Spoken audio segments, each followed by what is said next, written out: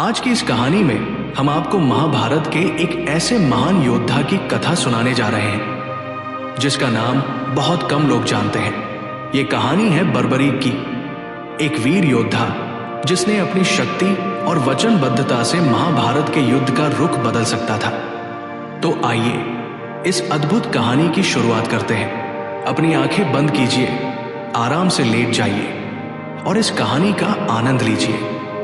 बर्बरीक भीम के पोते और घटोत्कच के पुत्र थे।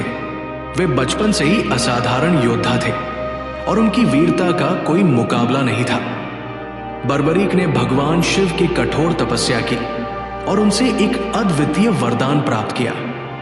भगवान शिव ने उन्हें 3 विशेष बाण दिए। इन बाणों की शक्ति इतनी महान थी कि बर्बरीक सिर्फ 3 बाणों से पूरी सेना का नाश कर सकता था। बर्बरीक ने एक प्रतिज्ञा ली थी, वे हमेशा उस पक्ष का समर्थन करेंगे जो युद्ध में कमजोर होगा।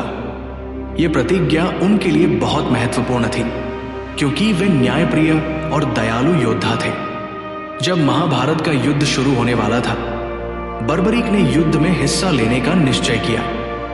वे अपनी घोड़ी पर सवार होकर कुरुक्षेत्र के मैदान की ओर चल पड़े। जब बर्बरीक युद्ध में भाग लेने जा रहे थे, तभी भगवान कृष्ण ने उन्हें रास्ते में रोका।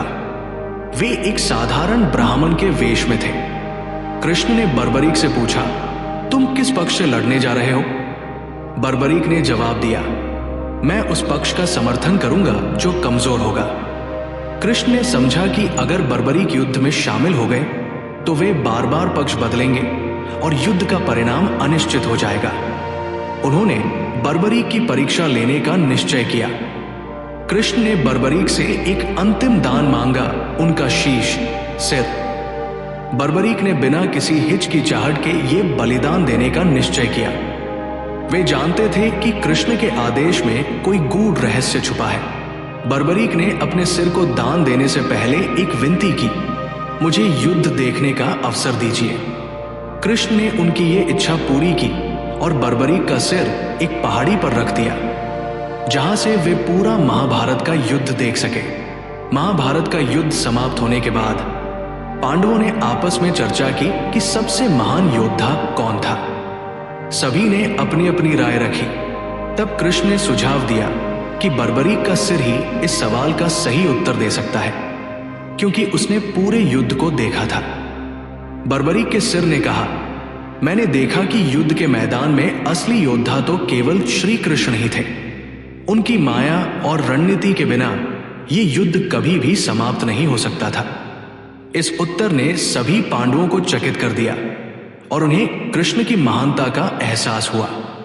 इस प्रकार बर्बरीक की कहानी हमें सिखाती है कि सच्चा बलिदान क्या होता है और न्याय के प्रति अपनी वचनबद्धता को कैसे निभाना चाहिए।